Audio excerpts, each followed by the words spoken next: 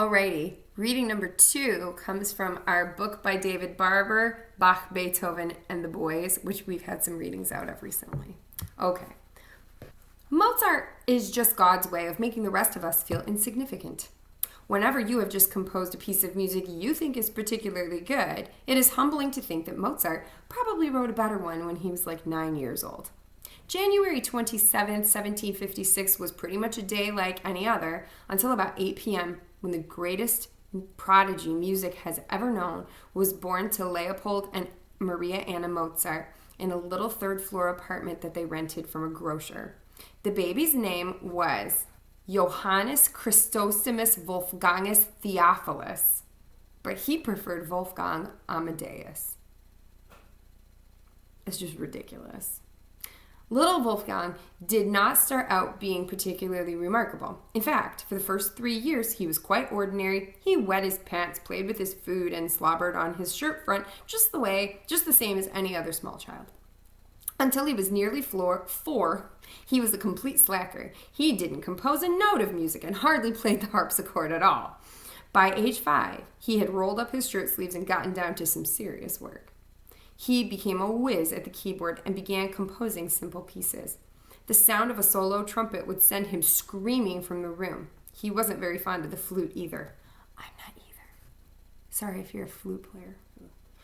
At age 9, he wrote his first choral piece, which is now in the British Museum. It is a setting of a verse from Psalm 46, God is our refuge and strength. He waited until he was 12 to compose his first opera, La Finta Semplice. From then on, there was no stopping him. In his short life of 35 years, Mozart composed half a dozen first-rate operas and several others, 21 piano concertos, 24 string quartets, 17 masses, assorted chamber music and other solo concertos, and 41 symphonies. Why was Mozart such an overachiever? Blame his father as much as anyone. Leopold was a nag, constantly berating his son to work hard, make money, and above all, not to hang around with other musicians. But Mozart wasn't interested in hard work. He just wanted to have fun. No doubt about it, Mozart was compulsive. Even as a small child, this was true. When he was learning mathematics, he would fill the whole room, walls, floors, furniture, with numbers written with a piece of chalk. His obsessive drive had its roots in the constant concert touring he gave as a small boy with his older sister, Anna Maria, known as Nannerl. That is a nasty nickname. I don't know where they came up with it, Nannerl. Leopold toured his children as performing prodigies to all the noble courts and big cities of Europe. On one visit to a royal court, Mozart proposed marriage to Marie Antoinette. She turned him down. He was like 7. On a visit to Rome when he was 14, Mozart wrote down the score of Allegri's Miserere after hearing the Sistine Chapel choir perform it only once. The Pope had said no one should write it down, but that didn't stop Mozart. Mendelssohn did the same thing about 70 years later when he was 21. By the way, that piece of music, the Allegri's Miserere, I have sung that before. It is an absolutely beautiful piece of music, but to only just hear it when you're 14 years old and be able to write down all the notes for it, that's bonkers. In 1782, much against his father's wishes, hold on. Sorry, I thought I skipped a page. I didn't. Much against his father's wishes, Mozart married Constanze Weber, his landlady's daughter, whose older sister Aloysia had earlier jilted him, turned him down. His father thought neither of the Weber daughters was good enough for him. Mozart, ever the soul of romance, wrote of Constanze in a letter to his father. She is not ugly, but by no means a beauty.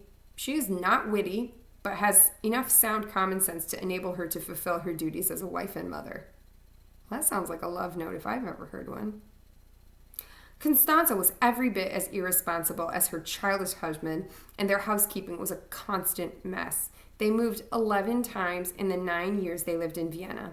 Much as they may have both flirted with others, they were in love and happy together, and that's all that counts. Mozart never got the prestigious court appointment he knew he deserved. He worked for a while at the court of the Archbishop of Salzburg, until one day he got uppity with the Archbishop's executive assistant who kicked Mozart out. literally right in the seat of the pants. His status in the archbishop's household was that of any other servant.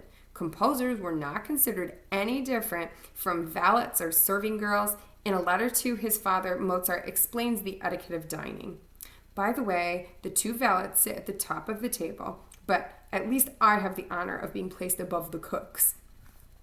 Part of Mozart's problem was that he was abrasive and tactless in his opinions of fellow composers and others, both in his letters and in person. When the French philosopher Voltaire died, Mozart wrote, "That godless arch-rascal Voltaire has pegged out like a dog, like a beast. That is his reward." It's kind of a jerk. People tend to resent that sort of comment. Making enough money was a constant struggle for Mozart, in part because for many of his commissions and concerts, he was not paid in cash, but in gifts. "No money, but a fine gold watch," he writes in a letter. "What one needs on a journey is money, and let me tell you, I now have 5 gold watches." He often borrowed money from his friend Michael Puchberg, who didn't seem to mind that he never paid it back. Mozart's appointment to the court of Emperor Franz Joseph II paid him 800 gulden a year. This was more money than his father made, but considerably less than the 2,000 gulden Gluck had been paid for the position. But Gluck did more work. Mozart's composing duties for the emperor were light. He regarded the salary as too much for what I have done, but too little for what I could do. Many of his compositions were produced for particular occasions or as favors to his friends. Mozart wrote a serenade, for instance, for the wedding celebrations of the daughter of Sigmund Hofner, a wealthy Salzburg burgomaster. Many of these pieces did not earn him much money, if any at all. But really, he had only himself to blame. He drank too much and gambled away most of his money on cards and billiards, and he was lousy at both. Everybody likes to think that Mozart died penniless and was buried in a pauper's grave, and that's not exactly true. He did leave debts behind, and his wife arranged for a simple funeral to save costs. After his death, she became very shrewd in business, keeping careful control of his manuscripts and arranging for their publication. She later married a diplomat and amateur musician, Georg Nikolaus Niesen, who wrote an early biographer of the great composer. Constanza also did what she could to defend his reputation. Taking offense at some comments on Mozart by Schlichtegroll, she bought up an entire printing of the book and removed the offending passages. So that'd be like if somebody wrote something bad about you in a book, somebody buying all of the books that exist and like tearing out the page that said something bad about you. There's also been a lot of loose talk that Mozart was poisoned by Salieri, a rival composer. You can believe it if you like. You're in good company with Pushkin and Rimsky-Korsakov, who made the whole story into an opera. I'd like to believe it too. Really, I would. It makes a great story. Mozart was a prodigy and a genius who set the standards for everyone else to follow. He started young, made a big splash, and died early, so everyone could lament his unrealized potential. Any of you wishing to be considered prodigies or geniuses should live by his example. Mozart was short, about 5'4". That's actually only a tiny bit taller than me, and I'm not very tall. Unattractive, abusive, temperamental, and irresponsible.